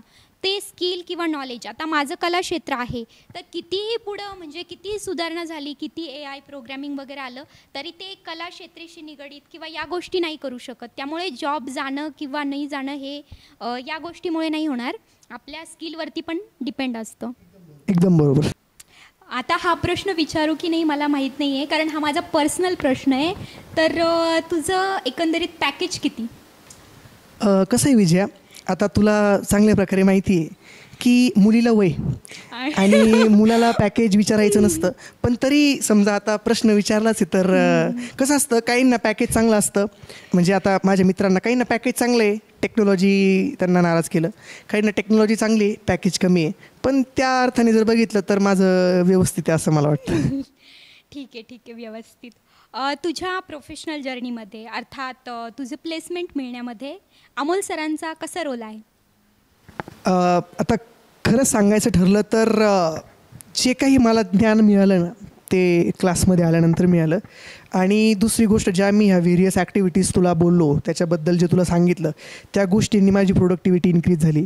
सरांनी जे दिलं त्याच्यानी माझं नॉलेज इन्क्रीज झालं, नॉलेजनी माझं लॉजिक व्यवस्थित झालं आणि या सगळ्या गोष्टींमुळे माझ्यात कॉन्फिडन्स आला आणि त्या कॉन्फिडन्समुळे आज मी IT क्षेत्रात काम करतो आहे. इव्हन सरांचा माझ्या आयुष्यातला रोल हा एक म्हणजे सांगावं कसं हा असा मला प्रश्न पडतो की ज्या पद्धतीने सरांनी मला मार्गदर्शन केलं आहे किंवा ज्या वेळेला वेळोवेळी माझ्या चुका लक्षात आणून दिल्या आहेत किंवा ज्या पद्धतीने सरांनी मला शिकवलं आहे आणि ज्या पद्धतीने त्यांनी मला घडवलं आहे, ही खरंच मी एक भाग्यवान समजतो की मला सरांसारखा एक शिक्षक मिळाला की ज्यांनी मला समाजात चालायचं कसं किंवा काम करायचं कसं आयुष्यात, हे आयुष्य भरपूर मला ज्ञानाची शिदोरी सरांनी दिली आहे. तर त्याच्यासाठी आभार शब्द खूप छोटा आहे, पण सरांना असं आवडत नाही आभार म्हटलेलं काही. सर म्हणतात की तुम्ही फक्त आयुष्यात सक्सेस व्हा, हीच माझ्यासाठी एक रिटर्न गिफ्ट आहे म्हणून. तर नक्कीच सरांना प्राऊड फील होईल असंच काम मी करतो आहे आणि भविष्यातसुद्धा असंच मी करत राहील. आणि इवन जे काही सरां थ्रू जे काही ॲप्टिट्यूड सेशनसुद्धा मागे मला तुला सांगायचं राहिलं की जे काही ॲप्टिट्यूड सेशनसुद्धा इतक्या चांगल्या प्रकारे होत आहेत की त्याच्यात ॲप्टिट्यूड सेशन, इंग्लिश कम्युनिकेशन, त्याच्यासाठी दिल्लीवरनं ट्रेनर आपल्याकडे क्लास घेत आहेत. म्हणजे ही एक एक्स्ट्रा ज्या गोष्टी ज्या सगळ्या होत आहेत ना, ह्याच्याने खरंच एक मन भरून येतं की एक शिक्षक असा आहे का जो अहोरात्र मेहनत करतो आहे, का त्याचं विजन फक्त एक आहे की फक्त मला ही जी टेक्नॉलॉजी आहे याचं जे आहे ती तळागाळापर्यंत माझ्या मुलांपर्यंत पोचवायची आहे. तर हेच, आणि जसं तुला बोललो टेक्नॉऑर्बिट माझ्यासाठी एक कल्पवृक्ष आहे आणि सदैव माणूस आहे. तर ह्याच गोष्टी माझ्या हृदयात ठेवून आईवडिलांनंतर मी सरांना ठेवतो. तर खरंच माझ्या आयुष्यात खूप सरांचा एक महत्त्वाचा रोल आहे. त्याच्यामुळे आज मी ह्या पदापर्यंत पोहोचलो आहे आणि अजूनही जी काही प्रगती होईल ती अर्थातच सरांच्या मार्गदर्शनानेच होत राहील असं मला वाटतं. बरोबर आहे तुझं. फक्त तुझ्यासाठीच नाही तर टेक्नॉर्बिटला ॲडमिशन घेणाऱ्या किंवा टेक्नॉर्बिटमधून जे काही चांगल्या कंपनीमध्ये जॉब करताय, ज्यांनी चांगलं करिअर घडवले, त्या सगळ्यांसाठी अमोल सर हे देवच आहे. मला खरंच छान वाटतं आणि जोपर्यंत सर म्हणत नाही ना की हा तुम्ही काहीतरी चांगलं केलं, तोपर्यंत आपल्यालाही वाटत नाही की आपण किती पुढे जाऊ आयुष्यामध्ये, काही चांगलं करू. जोपर्यंत सर म्हणत नाही की चांगलं केलं आहे तोपर्यंत आपल्याला वाटत नाही. आणि सर कधीच म्हणत नाही की तुम्ही चांगलं केलं आहे. म्हणजे सर तुम्हाला ते गर्व नाही, म्हणजे काय गर्वच बोलतात ना, हां गर्व नाही होऊन देत तुम्हाला. शिकताय, अजून शिकत राहा, अजून पुढे जा. एकदम बरोबर आहे. तर तुला प्लेसमेंटमध्ये किंवा आता करिअरमध्ये म्हणूया तर तुझ्या कॉलेजचा कसा रोल आहे? अर्थातच ज्या पद्धतीने शिक्षक महत्त्वाचे असतात त्या पद्धतीने आपलं कॉलेजही महत्त्वाचं असतं. तर जे अमृतवाहिनी कॉलेज ऑफ इंजिनिअरिंग जिथं मी माझं इंजिनिअरिंग पूर्ण केलं, तर खरंच कॉलेजमध्ये सुद्धा मला बऱ्याचशा गोष्टींना मला कॉलेजने संधी दिली.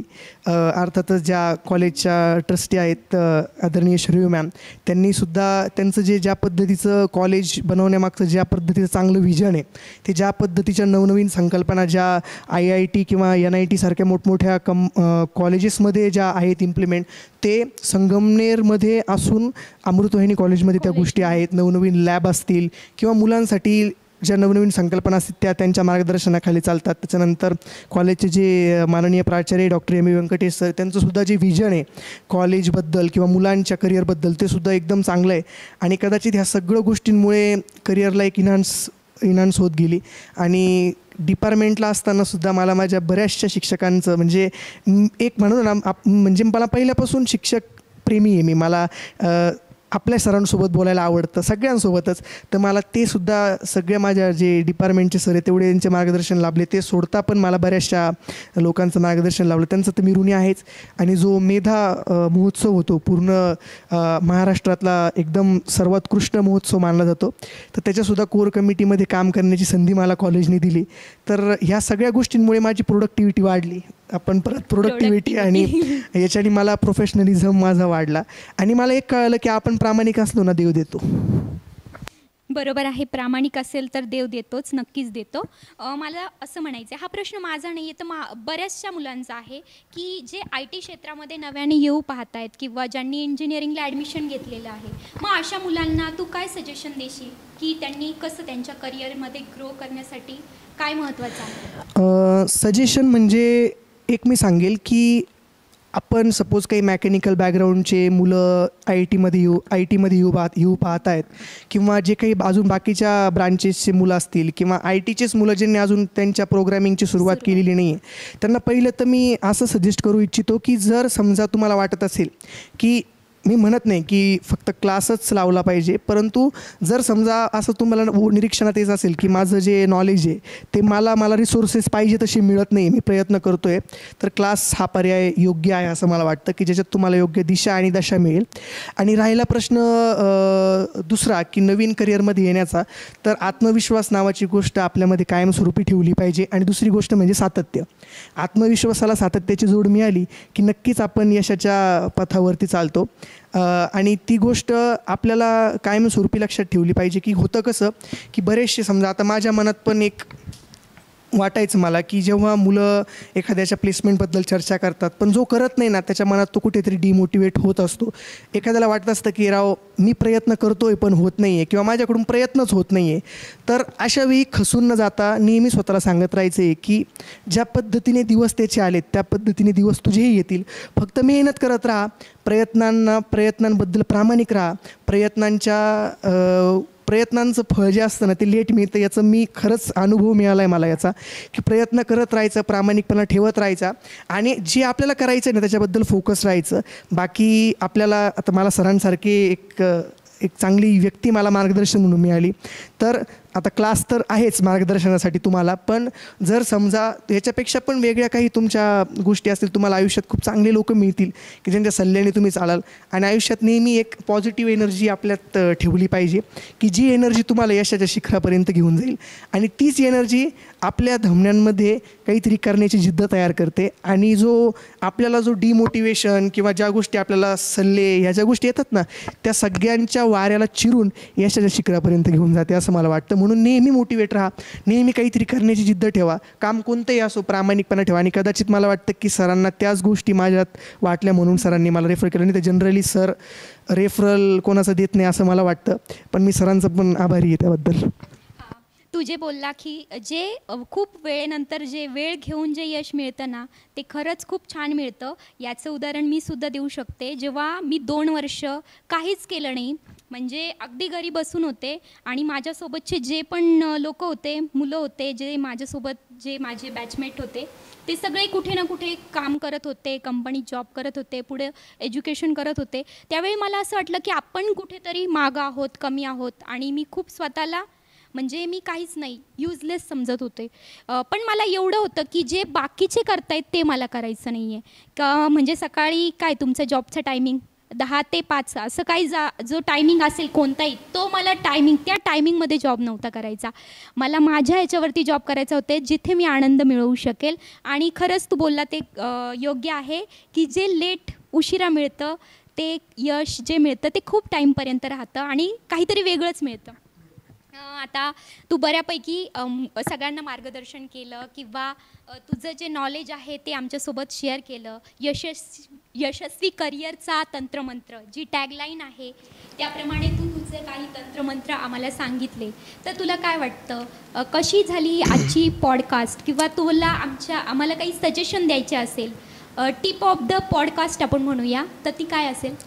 खरं तर यशस्वी करिअरचे तंत्रमंत्र आणि त्याचबरोबर ह्या ज्या टेक्निकल गप्पा आहेत, तर ह्या खरंच म्हणजे बोलता बोलता वेळ निघून गेला नाही आणि सगळ्याच गोष्टी समजा वेळेअभावी आपण डिस्कस करू शकलो नाही. पण एक मी टिप ऑफ द पॉडकास्ट एवढी देईल की आता मोटिवेशन झालं, आता सगळंच झालं. कारण काय होतं, मोटिवेशन समजा आम्ही सुद्धा व्हिडिओ बघायचो ना इंस्टाग्रामला, सोशल मीडिया तू म्हणते, तेव्हा वाटायचं नाही का, अरे मोटिवेशन नको, मोटिवेशन अरे नको, अरे बाबा फार त्रास चालला आहे, मोटिवेशन कशाला देतो एवढं. परंतु एक जे असतं ना की जेव्हा आपण ती गोष्ट करतो ना तेव्हा त्या गोष्टी समजतात आणि त्या ज्या बोलतात ना त्या कदाचित मोटिवेशन ऐकून किंवा बघून जर झालं असतं तर मग संदीप महेश्वरीचा जो कॅमेरामॅन होता तो खूप सक्सेसफुल असता असं मी कुठेतरी वाचलं होतं. कारण की जोपर्यंत आपण बघतो तोपर्यंत आपण काहीच नाही करू शकत. जेव्हा आपण ते प्रत्यक्षात करतो, मोटिवेशन ही कुठून घ्यायची गोष्ट नाही आहे, ती स्वतःला अनुभवायची गोष्ट आहे. बरोबर आहे. आणि ते तर आहेच. टिप ऑफ द पॉडकास्ट एवढंच देईल की आत्ता तर हे पहिलं एपिसोड आहे, याच्यानंतर बरेचसे यशस्वी झालेले जे करिअरमध्ये पुढे गेलेले जे लोक आहेत, जे क्लासचे ॲल्युमिनाय आहेत किंवा विविध क्षेत्रातले जे लोक आहेत ते कार्यक्रमात येतील आणि त्यांचं करिअरचे तंत्रमंत्र तुमच्याशी शेअर करतीलच. परंतु त्याच्यातनं मग मी फक्त एक टिप ऑफ द पॉडकास्ट एवढी देईल की ते नुसतं ऐकून फक्त लाईक करू नका, तर ते ऐकून तुमच्या जीवनात उतरवा. म्हणजे जेणेकरून तुमचे जे आईवडील आहेत ते तुम्हाला लाईक तर करतातच, पण ते अजून चांगल्या प्रकारे लाईक करतील. आणि एक सांगतो की फक्त आपल्या आईवडिलांसाठी प्रामाणिकपणाने करा. फक्त तुम्हाला थोडा वेळ द्यायचा आहे. एकदा तुम्ही यशस्वी झाले ना ते खुश होतील. कारण मी बऱ्याच ठिकाणी वाचले की जे आपले वडील असतात ना, आपल्या वडिलांचे पाय कष्ट करून करून समजा फाटतात, तर एकाने खूप चांगलं लिहिलं होतं की दमलेल्या किंवा फाटलेल्या पाय असलेल्या बापाला चपलीचा कधीच मोह नसतो. त्याला फक्त मोह असतो की माझा मुलगा किंवा माझी मुलगी यशाच्या शिखरावर जावी आणि माझ्या कष्टाला चीज आला असं मी समजेल असं मला वाटतं. तर ह्या गोष्टी आपण आपल्यासोबत ठेवल्या पाहिजे असं मला वाटतं. आणि एक अजून टिप ऑफ द पॉडकास्टमध्ये मला असं वाटतं की मी अजून 2 गोष्टी मेन्शन कराव्या. करू का? ओके. तर 2 गोष्टी मेन्शन कराव्या असं मला वाटतं की त्याच्यात पहिली गोष्ट की स्मार्ट इंडिया हॅकेथॉन जी नावाची जी हॅकेथॉन असते, जी prime minister office of India through organise होते, तर तिच्यामध्ये सुद्धा मला काम करण्याची संधी मिळाली. पण त्याच्यातला एक गमतीशीर किस्सा असा की सेकंड इयर होतं बरं का, घरून काम चालायचं. आणि काम चालत असल्यानंतर पहिल्यांदा आम्ही हॅकेथॉनला जायचं. आम्हाला हॅकेथॉन म्हणजे काहीतरी असं वेगळंच वाटलं नाही का, हॅकेथॉन म्हणजे आपण खूप काहीतरी करतोय. आणि तेव्हा क्लास लावलेला नव्हतं म्हणून मला वाटायचं मुळात. तर तेव्हा मग आम्ही विचारणारच होते की तेव्हा क्लास लावला होता की नाही. म्हणूनच मी अगोदर सांगितलं की क्लास लावलेला नव्हता. आणि टीम कशी बनवली, तर टीम बनवली जी मित्र आहेत त्यांची टीम. तू माझा मित्र, चला आपण 4 जणांची टीम. आणि टीम बनवली आणि आधार हॅकेथॉनला पार्टिसिपेशन केलं. आम्हाला डॉक्युमेंटेशनला 3-4 मोठमोठे डॉक्युमेंटेशन आले जे आमच्यासाठी वाचण्यासाठी दिलेले होते. ते आम्ही वाचले. त्याच्यातनं त्यांनी सोल्युशन द्यायला लावलं. आम्ही सोल्युशन पण प्रिपेअर केलं. पण त्याच्यानंतर कोडिंग करून ते करायचं असतं, म्हणजे ही हॅकेथॉनची कन्सेप्ट असते हे आम्हाला माहितीच नाही. सेकंड इयरची गोष्ट. मग त्याच्यात आम्ही काय केलं, आधार हॅकेथॉन आहे ना, मग चला बरं फिग्माची डिझाईन बनवू. मग फिग्माची डिझाईन करता मग आम्ही इनोव्हेशन काय करायचं, म्हणजे इनोव्हेशन कसं करतो बघा. आम्ही म्हटलं की आता आपण काय करू, इंडिया आहे ना, इंडियासाठी करतोय ना, मग वरती केशरी, पांढरा आणि हिरवा अशा 3 प्रकारचे टॅब व्यवस्थित ठेवू आणि चांगल्या प्रकारे फिग्मामधली डिझाईन बनवू. अशा प्रकारचे डिझाईन केल्या आणि एकदम आम्ही कॉन्फिडन्समध्ये नाही का की आता आपला विजय निश्चित. मग जेव्हा आम्ही PPT प्रेझेंट केली ते टीम आली, ऑनलाईन जॉईन झाली. आणि yes, can you please share your screen and can you please represent this. म्हटलं आता इंग्लिशमध्ये झालं आहे, चला इंग्लिशमध्ये झालं आहे, चला सुरू करू. मग आमच्या टीमच्या एक होत्या, त्यांनी सुरू केलं सांगायला. मग तिने सगळं सांगितलं, sir this is our Figma design and that. त्याच्यानंतर ते म्हणे ओके हे झालं, पण आता मेन कोड कुठे. मग आम्ही म्हटलं कोड म्हणजे नेमकं हे नसतं का हॅकेथॉन. म्हणे तुम्ही पहिल्यांदा पार्टिसिपेट करताय का. म्हणे हो. नाही मग आता एक काम करा म्हणे, आमचे रिझल्ट झालेले आहेत, म्हणजे तुमचा जास्त वेळ जाण्यापेक्षा आम्ही तुम्हाला म्हणतो की तुम्ही जा आता व्यवस्थित करा, कारण मला असं वाटत नाही की तुम्हाला हॅकेथॉन समजलं आहे. म्हणजे हा मजाकचा विषय होता, पण ते जरा माझ्या मनाला स्पर्शून गेलं की अरे का असं हे म्हटले, तुम्ही करू शकत नाही म्हणजे काय, आम्हाला माहिती नव्हतं म्हणून करू शकत नाही ना. मग पुढच्या वर्षी परत आम्ही स्मार्ट इंडिया हॅकेथॉनला अप्लाय केलं. NDRFसाठी सोल्युशन बनवलं, डिझास्टर मॅनेजमेंटसाठी. आणि सांगायला आनंद होतो की तेव्हा आम्हाला भुंडे मॅम आणि राहणे मॅम आहे आमच्या डिपार्टमेंटला, त्यांनी मार्गदर्शन केलंच, पण ती आयडिया मी सरांसोबत सुद्धा डिस्कस केली होती, त्याच्यातसुद्धा सरांनी मार्गदर्शन केलं. आणि मला सांगायला आनंद वाटतो की त्याच्यानंतर आमची जी आयडिया होती तर आम्ही महाराष्ट्रातून आमच्या टीमला रिप्रेझेंट केलं आणि नरेंद्र मोदींसोबतसुद्धा आम्हाला इंटरॅक्शन करण्याचा चान्स मिळाला. तर ही एक आयुष्यात नाही का, मी म्हटलो बघा डिमोटिवेट किंवा ह्या गोष्टी येतील, पण त्याच्यातनं मोटिवेट होऊन तुम्हाला पुढे जायचं असतं. तर एक किस्सा सांगायचा राहिला होता म्हणून सांगितला. तर ही टिप ऑफ द पॉडकास्ट आहेच की तुम्ही समजा ह्या गोष्टी केल्या पाहिजे. दुसरी एक आणि एक फक्त लहानपणीची एक छोटीशी गोष्ट मला इथे मेन्शन करावी वाटते की जेव्हा मी भारममधून जेव्हा शिकण्यासाठी पुढे गेलो ना येवल्याला, तिथे गेल्यानंतर मग सेमी इंग्लिशला ॲडमिशन घ्यायचं. आणि सेमी इंग्लिश म्हटल्यानंतर आता जिल्हा परिषद शाळेत शिकलेलो मी, पण एक आहे जिल्हा परिषदला लोक सध्या म्हणतात. सेमी इंग्लिशला कधीपासून ॲडमिशन. मी सेमीला तसा 5वीपासून होतो, पण खरं सेमी माझं 7वीपासून चालू झालं. कारण त्याचा किस्सा मला तुम्हाला सांगायचा आहे की काय झालं की कसं झालं, लोक आजकाल म्हणतात नाही का जिल्हा परिषद पहिलीपासून किंवा आधीपासूनच सेमी चालू झाले जरी मराठी स्कूलला. हो ते तर आहेच. आणि लोक कसे म्हणतात की जिल्हा परिषद जी शाळा असते ना तिथे आजकाल मुलांना पाहिजे तसं ज्ञान मिळत नाही. जर तुम्हाला वेल एज्युकेटेड मुलं पुढे बनवायचे असतील तर चांगल्या इंग्लिश मिडियमला ॲडमिशन घ्या. म्हणजे लोकांच्या मानसिकता किंवा पालकांच्या मानसिकता तशा झाल्या असं मला वाटतं. पण जिल्हा परिषदमध्ये जे मिळतं ना, जायचं शाळेत गेल्यानंतर ती मिळणारा तो खिचडी भात, त्याच्यात जे प्रेम आहे ना तर ते मला वाटत नाही की कुठे. पण राहिला प्रश्न याचा मुद्द्याचा की मग तिकडे गेलो ॲडमिशनसाठी आणि गेल्या मला एका चेअरमध्ये बसवलं. मी गेलो बसलो आणि समोर मॅडम मला वाटलं की काही प्रोसेस, म्हणजे वाटलं काहीच नाही, मला काही वाटतच नव्हतं तेव्हा, 6वीला होतो मी. मग म्हणे की काय करायचं तुम्हाला, माझे बाबा होते माझ्यासोबत. बाबा म्हणे याचं ॲडमिशन करायचं आहे म्हणे सेमी इंग्लिशला, चांगले मार्क्स म्हणे मार्क्स किती, तर ते म्हणे 95% मार्क्स बाबा म्हटले. म्हटलं 95% मार्क्स. मग मी पण नाही का मध्ये हसलो थोडासा, 95 मार्क्स सांगताय म्हणे. अच्छा नाही पण आमची एक पद्धत आहे म्हणे सर, आम्ही इंटरव्ह्यू घेतल्याशिवाय मुलांना सेमी इंग्लिशमध्ये ॲडमिशन देत नाही. मग म्हटलं इंटरव्ह्यू म्हणजे मी थोडासा हबकलो की इंटरव्ह्यूसाठी मी प्रिपेअर तर नव्हतो ना. मग ते म्हणणे बाळा सांग बरं what are the types of motion. म्हटलं मॅम टाईप्स ऑफ मोशन का. मॅम बोलल्या की सांग बरं. म्हटलं मॅम अशा का करतात, म्हणजे कन्फ्यूज होत होतो मी का हे असं सर्कल का करतं, म्हणजे त्या म्हणत होत्या की सर्क्युलर मोशन टाईप असतो हे सांग. ते विचारायच्या आत लगेच मॅडम, आता मी विचार करतोय ना, त्यांनी विचारायला वेळ नाही दिला, त्यांनी लगेच दुसरा प्रश्न, अशी इंग्लिशमध्ये 3-4 प्रश्न विचारले. मी मार्क्स मला होते, पण मी शिकलो, पण ते चांगल्या प्रकारे शिकायचं तर मी ते फक्त घोका आणि ओका मी जे म्हटलं ना त्या टाईप माझं होतं त्यावेळेला. तर ते झालं आणि मग ते म्हणे की कसं आहे म्हणे सर, याला तुकडीत टाकावं असं मला वाटतं म्हणे, हा काही सेमीला चालणार नाही म्हणे. बाबा माझ्याकडे बघायला लागले, चालणार नाही म्हणजे मॅडम असं नका बोलू म्हणे, लांबून आलो आहे म्हणे, खूप इच्छा आहे त्याला, शिकल तो, कराल म्हणे मेहनत. नाही म्हणे सर, पण मग एक सर आले, ते म्हणे अगं म्हणतायत तेवढे तर घेऊन टाका. मग त्याच्यानंतर माझं सेमीला ॲडमिशन अशा पद्धतीने झालं. आणि त्याच्यानंतर मग करिअर गेलं. म्हणजे सांगायचं काय की करिअर जे असतं ना तर ते माणसाला कधीच एक असं वाटलं नाही पाहिजे की चढ उताराचं असलं पाहिजे, नाही का, त्याच्यात मजा येते. मग कधी कधी मी जेव्हा बसतो ना, अरे आपण सेमीला होतो, आपण काय करायचं, म्हणजे आपला इंटरव्ह्यू झाला, आपण इकडून असे गेलो, तिथून परत हॉस्टेलला दिवस काढले, त्याच्यानंतर आज आपण समजा इंजिनिअरिंग झालो आणि आज इथे येऊन बसतोय. म्हणजे माझ्यासाठी आत्तासुद्धा मी बोलतोय ना, हे खरंच स्वप्न आहे बरं का, कारण कधीच वाटलं नव्हतं एवढं सगळं होईल. पण ह्या सगळ्या गोष्टी झाल्या. फक्त मला ह्या गोष्टी सांगायच्या आहेत की आपलं आयुष्य आहे ना ती जगा, आपल्या आयुष्यात ज्या गोष्टी होतात त्याचा आनंद माना, जसं मी मानतोय.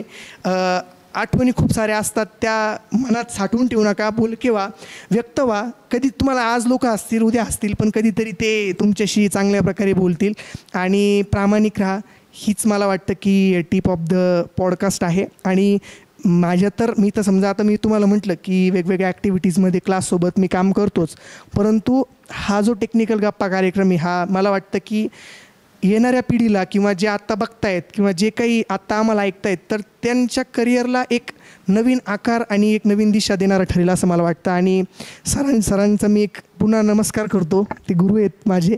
आणि टेक्नो ऑर्बिटला मी वंदन करतो. आणि मला आज इथे येऊन मी सांगण्याची संधी दिली आणि टेक्निकल गप्पा बोलू दिल्या माझ्या, तर त्याच्याबद्दल मी सरांचे तर आभार मानतोच.